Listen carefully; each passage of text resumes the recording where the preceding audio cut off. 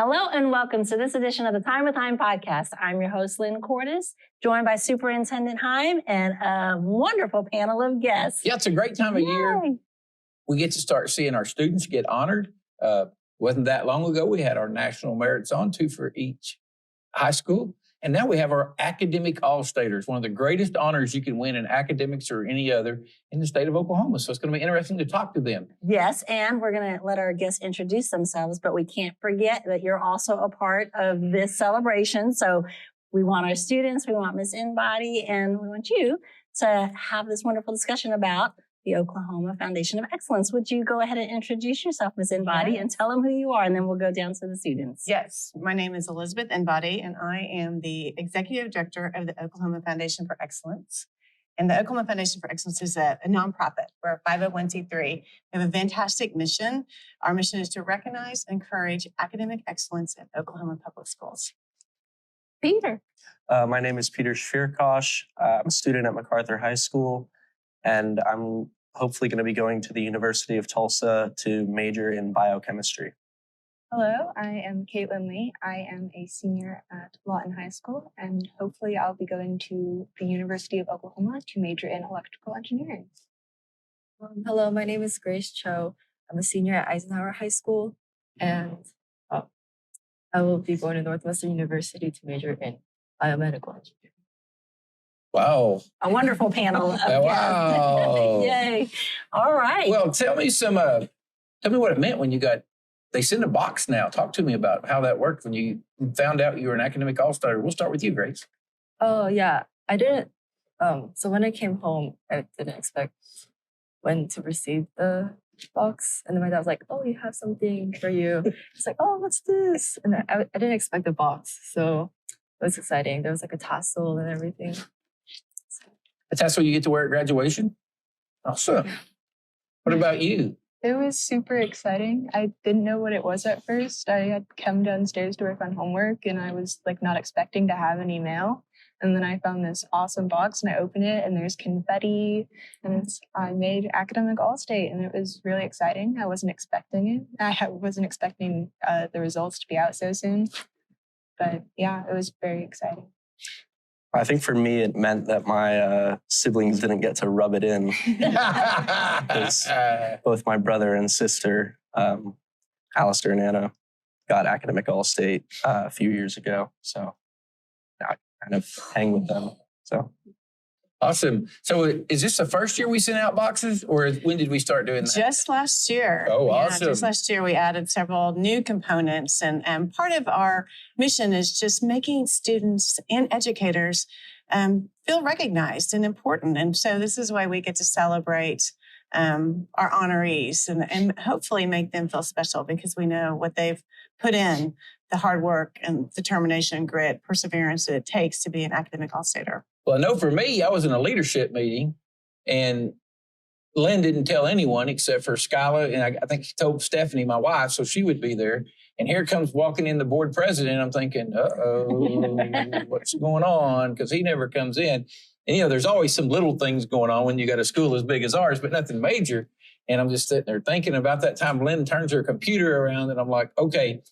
Well, the cool thing for me that kept me where I just couldn't figure it out is we also, the district, not me, but our district won a Magna Award for the School Board Association. I think we're the first district in Oklahoma to actually win this award. They only picked one district in our size.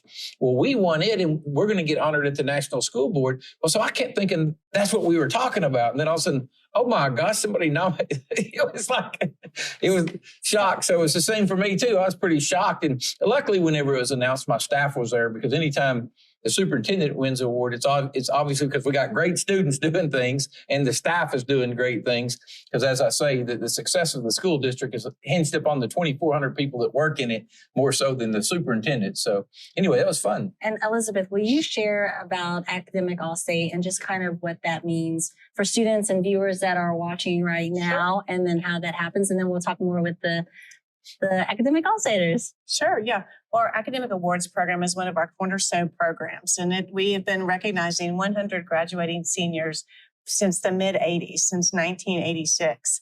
And these students are recognized not only for their academic achievement, but for their leadership. And then they're asked to write an essay. But to even be able to apply for an Academic All-State Award, these students have already received incredible academic achievement. You have to have a 30 to even apply. So really, and it's very, very competitive. We have hundreds of graduating seniors that are applying each year from all over the state. So it's really our honor to be able to recognize these students. Since 1987, we've recognized over 3,800 students from 336 school districts. Wow. The best of the best. The best of the best. That's what we say. Yep. There's not, I've been lucky enough to talk to a couple people who've been in that before. And it's like, they act like that's one of the hardest jobs ever is to pick 100 out of the best of the best. Because everybody there there's a lot of awesome kids in the state of Oklahoma. Sometimes we forget how great Oklahoma is. And we have three. We have three awesome ones. That's right. And there's 71 of the 100, so we're one of the few districts that have multiple. Right. So what does that mean to you guys? I think it shows that LPS is doing something right. That all of the different institutions like VOTEC and the concurrent enrollment available at Cameron allows us a few different options to be able to learn from the best teachers and learn in the best environment. So, yeah. Yeah, I think just the way that all of these new places have been introduced and the opportunities that have been created have provided like a path, steps you can take to sort of step up your education and take it to the next level and really get those amazing teachers. And it's very exciting, I think. That our school district can be like, yeah, we have 3 academic all-staters. Yeah, I totally agree with you guys. And also, I think the fact that we can take the ACT for free and multiple times at that. And so that also helps students raise their ACT scores to be able to apply to such a honorable. Okay, so I got to ask one loaded question because I always ask, and I may have asked y'all this before, but I hopefully get a great answer because I talk about creating opportunities. Kind of when I came here, I want to create opportunities and take away roadblocks. Well, I'm almost 60. I have grandkids. So what I see as an opportunity may not be what you see as an opportunity.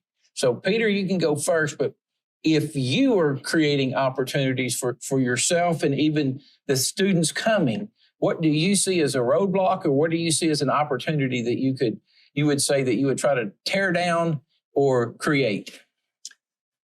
Well, I think in my experience, learning from day to day, I had to go to these different places whereas like if I wanted to learn a specific thing or in a specific subject, I would like to be able to just go to one place, stay there for the whole day maybe, and then so I don't have to drive anywhere, take the bus anywhere. And yeah, I think.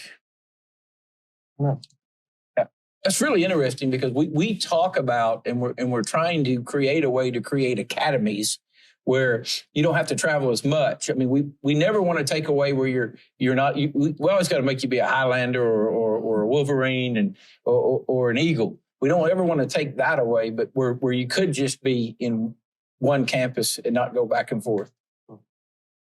What about? Yeah, I agree that'd be really helpful to sort of like maximize the transportation efficiency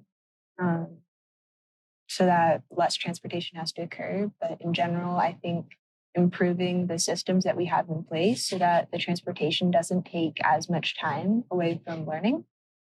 Also, it'd be really nice to improve the communications on all of these amazing opportunities because oftentimes I feel like depending upon, especially with these transportation and going to all these other places, a lot of those opportunities, you don't hear about them as much.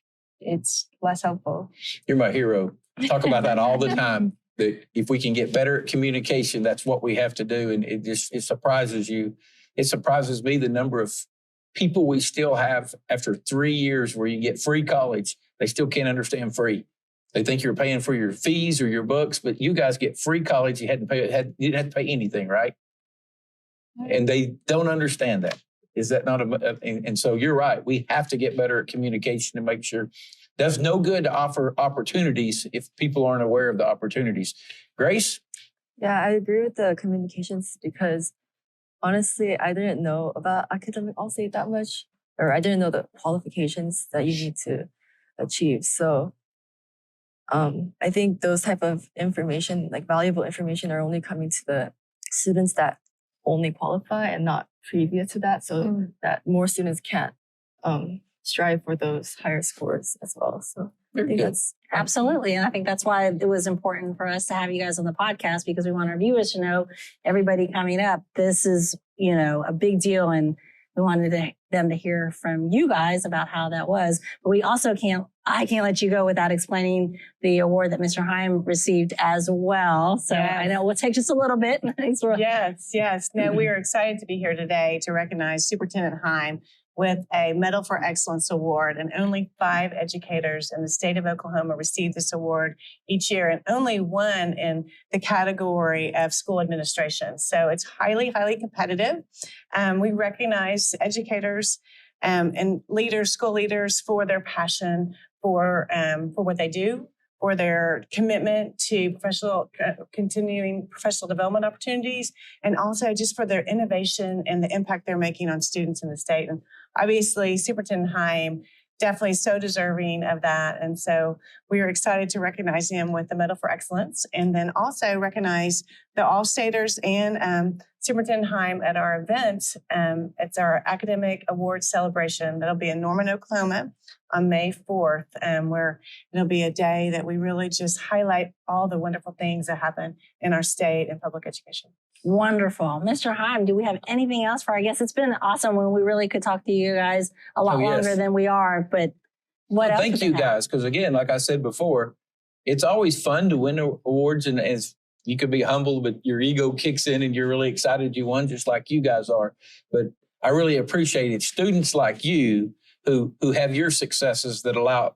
Without y'all and what you do, I couldn't win any awards. So thank you guys and your classmates, and especially your teachers, because we got so many great. Sometimes teachers get a bad rep, but all 3 of you can tell story after story, and that's 3 different buildings of great teachers. And I do appreciate that they were bragging on their teachers for what they did for them. So that's right. You were going to ask them an honor. They're still there. That was Well, one of the things I love about the All-State Award is that we invite our All-Staters to invite an honored teacher guest to attend the celebration with them, because we know there's incredible educators that are behind the academic achievement of these students. And so they get to bring their honored teacher guests, and we are going to elevate them at the event as well, so that we can thank them for their strong commitment to the students in our state and for public education.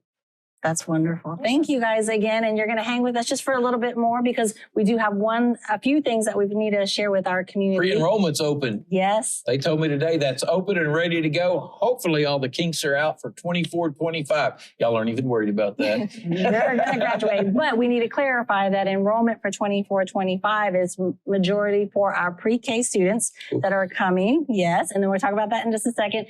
And then for the students who are new to LPS. So if you're already a student, please do not go on the enrollment form registration, the online registration, because that's not for you. That is for our new students and those pre-K babies coming in. Now, big news about pre-K. Well, last year, we're looking at this influx that's going to come in because Fort Sill's talking about growing and all the growth we're getting on the east and west side. Well, last year on the east side of town, we created New Horizons Pre-K Center.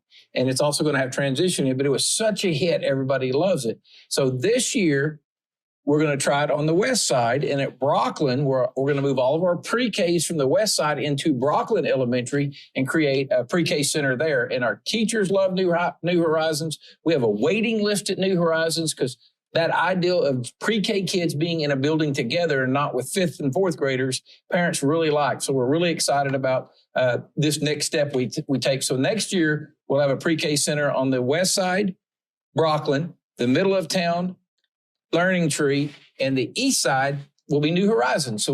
And just so that our families that are watching, Freedom We'll still have theirs. Well, they'll stay Yep. there. They have 8 pre-K classes. Yeah, So they're, and they're full. I think they had 10 growing. at one time. Right. So 4 in total, but 3 pre-K centers for sure. Yes. All right. Anything else, Mr. Nope. Hime? Oh, if you got questions or you want to email us or guests that you'd like to see on, info@lawtonps.org, and always go to our website, lawtonps.org. Absolutely. Congratulations, you Yes. 3. What an amazing achievement. We're so excited to celebrate you. Miss Elizabeth, thank you for Yes. coming. And we have a full day. We still got more to go out there and see. That's right. So we're excited. You guys, thank you for joining us and tuning in. If there's anything else, remember, if you have not liked and subscribed to our YouTube and social media pages, please do so because we have a lot of great news, including a press release of our academic all-staters. Until then, Mr. Hime, right? Next week, we'll have our leadership students on. Yes. All right. You guys be well, stay safe, enjoy this beautiful weather, and we'll see you next week. Everybody say bye.